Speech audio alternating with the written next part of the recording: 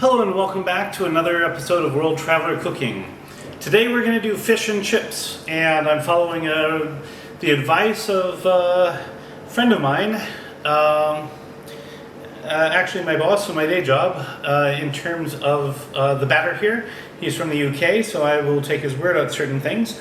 And he was saying use something like a tempura base, but make it with beer, and so I think since the texture doesn't need to be quite the same, I will not worry quite as much about temperature control. So we will do beer battered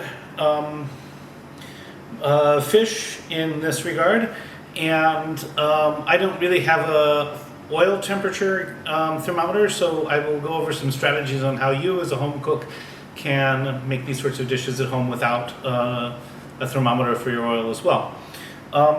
Our ingredients are very simple. We have beer, a roughly equal amount of water, and for every 120 mils of water or beer, I mean, you'll have equal quantities of both, so this is 360, so we will use 3 eggs.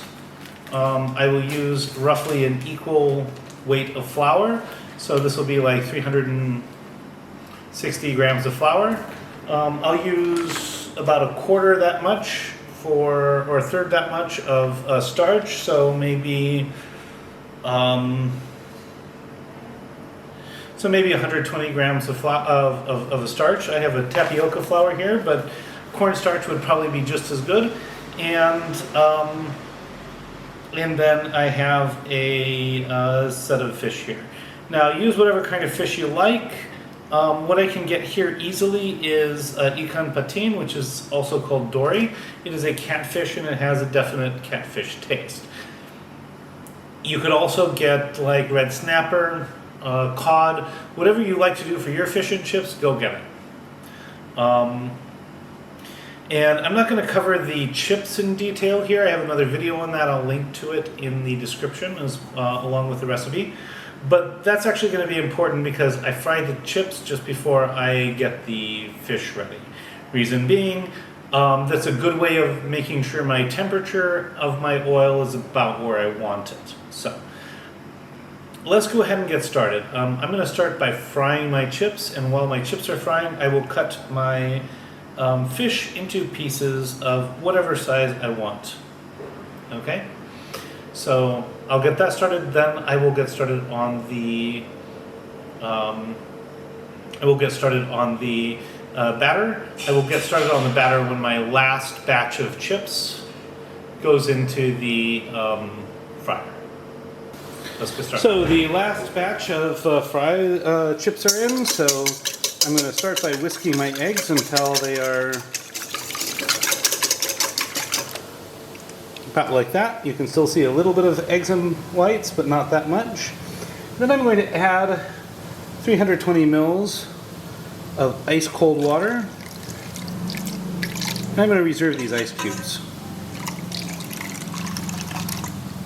Oh well, I think one of the ice cubes went in. Well, probably I'm going to actually add like 2 or 3 of the ice cubes in just to keep this batter really cold. Yeah, I might as well, I don't know. Okay. With this all.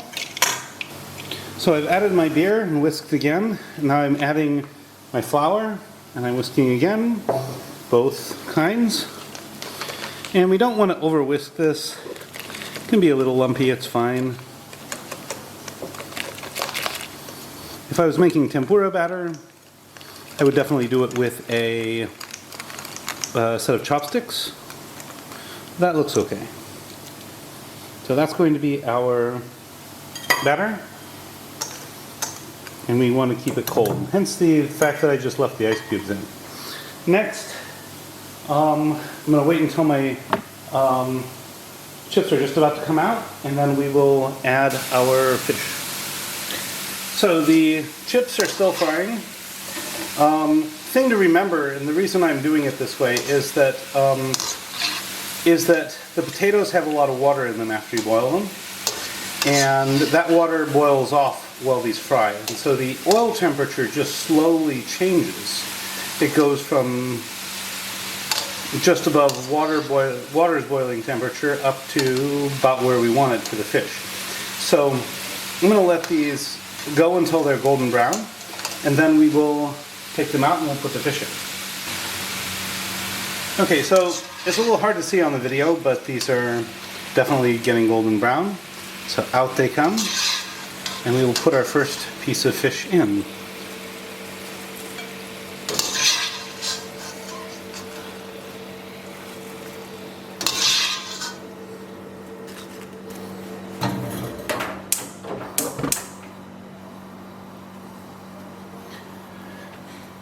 So, what I'm going to do is I'll take a piece of my fish and I will just lightly flour it,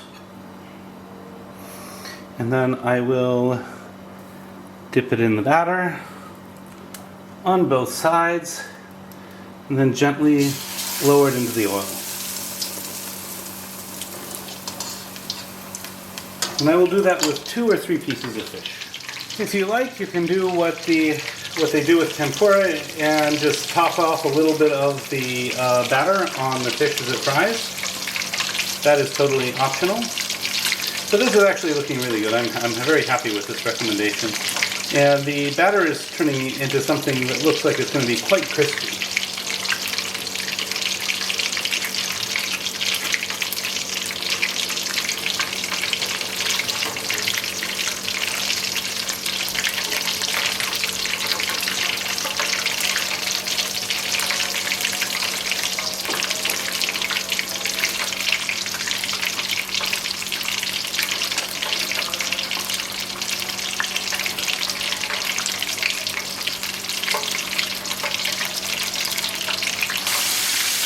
So for presentation,